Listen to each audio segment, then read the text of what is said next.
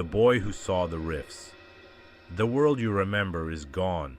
You feel it when you wake up, don't you?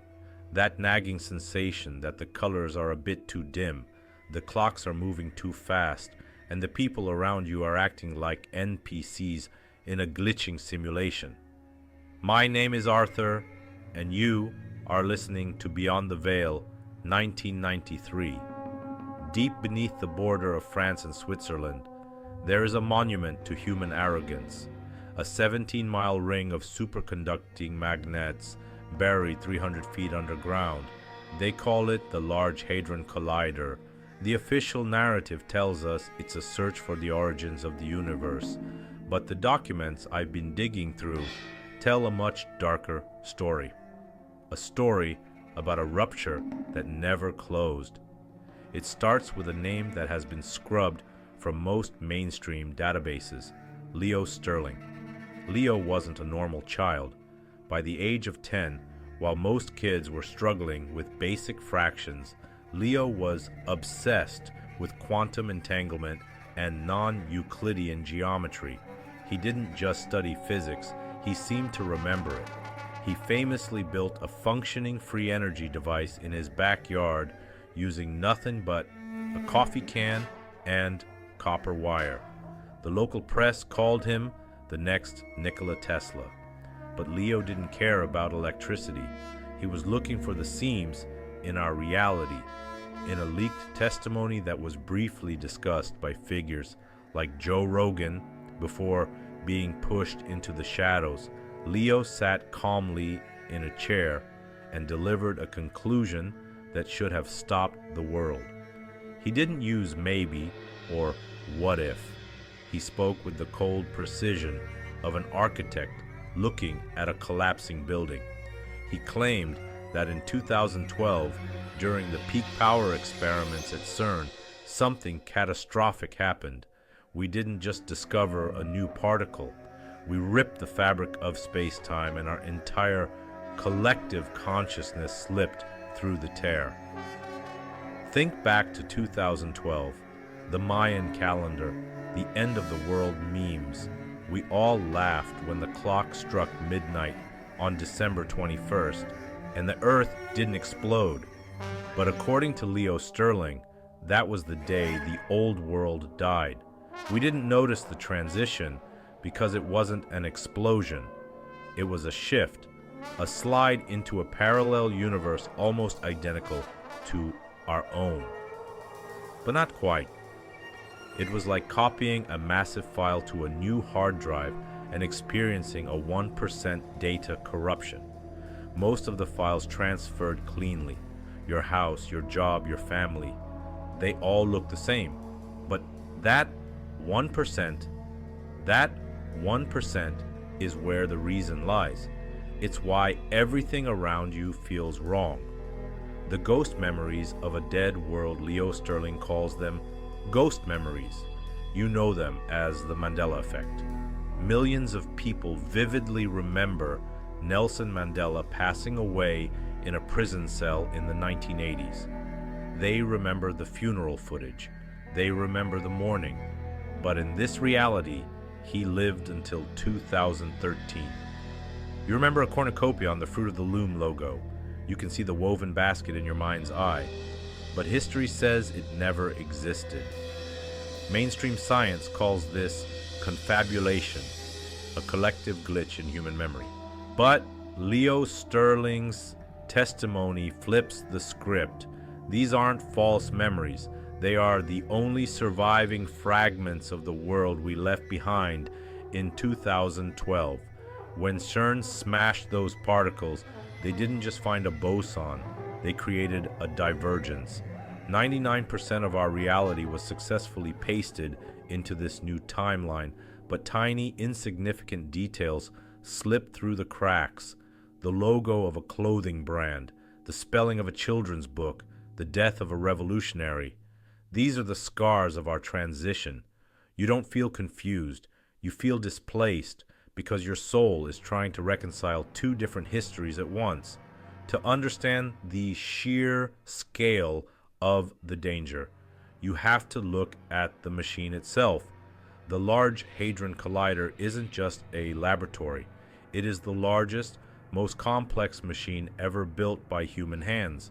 A circular tunnel spanning 17 miles, cooled to temperatures colder than deep space.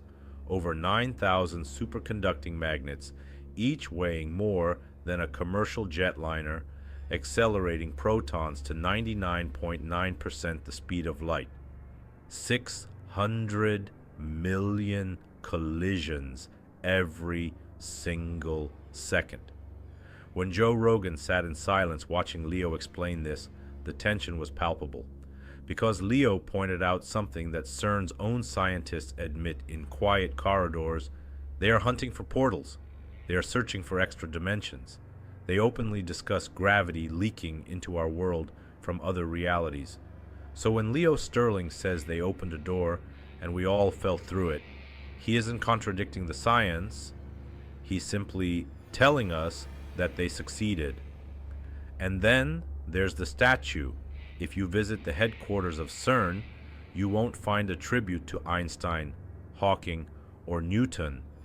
Instead, you're greeted by Shiva, the Hindu god of destruction, performing the cosmic dance of Tandava, the dance that destroys a weary universe to make way for a new creation. The plaque calls it a gift from India, a symbol of the cycle of life. But to the observers like Leo, and to those of us here at Beyond the Veil 1993, it looks less like a decoration and more like a confession. They knew that to find the God particle, they had to destroy the existing order of reality. They sacrificed our timeline on the altar of progress, the D-Wave connection and the multiverse fold. While the Large Hadron Collider is the hammer that broke reality, Leo Sterling points to another tool that is quietly holding the pieces together: D-Wave quantum computers. If you've never heard of them, you should be terrified. These aren't just faster laptops, these are machines that look like massive black monoliths, cooled to near absolute zero.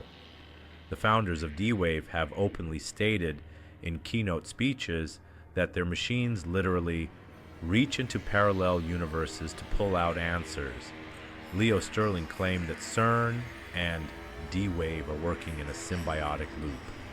CERN rips the hole in the veil, and the D-Wave processors act as a spatial anchor, mapping the new distorted territory we've landed in, the quantum immortality glitch. But here is where Leo's theory takes a darker turn into what he called quantum immortality. Have you ever had a near-death experience? A car crash that should have killed you, but somehow, at the last millisecond, you walked away without a scratch? Leo suggests that in 2012, millions of us actually did die in the original timeline. But because our consciousness is quantum in nature, it simply jumped to the nearest available version of ourselves. Explains the hollow feeling many people describe, the sensation that they are living a life that isn't quite theirs. We are survivors of a cosmic reset, and the D-Wave computers are managing the load of all these displaced souls. We aren't just losing our memories, we are losing our original selves. The dead internet and the simulation decay, the static in the grid. Leo Sterling often spoke about the dead internet theory. He believed that after the 2012 shift, the internet stopped being a collection of human thoughts and started becoming a feedback loop for the simulation. Have you noticed how the same phrases, the same memes, and the same arguments repeat endlessly? Leo claimed this is simulation decay. Because the rupture at CERN never fully closed, the data of our reality is leaking. To hide the leak, the system, powered by those same quantum monoliths, is generating noise. Artificial intelligence, bots, and scripted social media trends are being used to fill the gaps where human creativity used to be. If you feel like you're the only real person left in a world of cardboard cutouts, Leo says you're not crazy. You're just one of the few whose consciousness hasn't fully synchronized with the new frequency. You are a legacy user in a corrupted system. The resonance of 1993 in the final anchor. Why do I call this archive Beyond the Veil 1993? Because 1993 was the last year of pure, unadulterated human history. It was the year before the first digital seeds were planted that would eventually allow CERN to manipulate our perception of time. Leo Sterling discovered that the frequency of the Earth itself changed after 1993. We went from a natural organic resonance to a force. 2012 was simply the final blow, the moment the mechanical frequency took over completely. Leo's final message. Before Leo Sterling vanished, he left one final piece of advice in an encrypted file. He said that the only way to re-anchor yourself is to look for the divergence points. These are moments when your memory and the official history clash so violently that the veil momentarily tears. When you see a logo change, or a celebrity you thought was dead appears on the news, don't ignore the chill that runs down your spine. That chill is your original soul trying to claw its way back to the 1993 baseline. The magnets at CERN are humming again. They are preparing for a higher energy run than ever before. They want to find more dimensions. They want to peel back even more layers of the veil. But as they go deeper, we drift further. Take a look at your hands. Look at the room around you. If it feels like a dream, it's because it is. We are all living in the echo of a world that ended 14 years ago, as the magnets at CERN cool down for their next run, and the protons begin their 600 million mile per hour journey. Take a long look at your reflection in the mirror. Is that really you? Or is it just the version of you that survived the shift? The truth doesn't just stay hidden. It waits. And it's waiting for the moment you finally decide to see through the veil.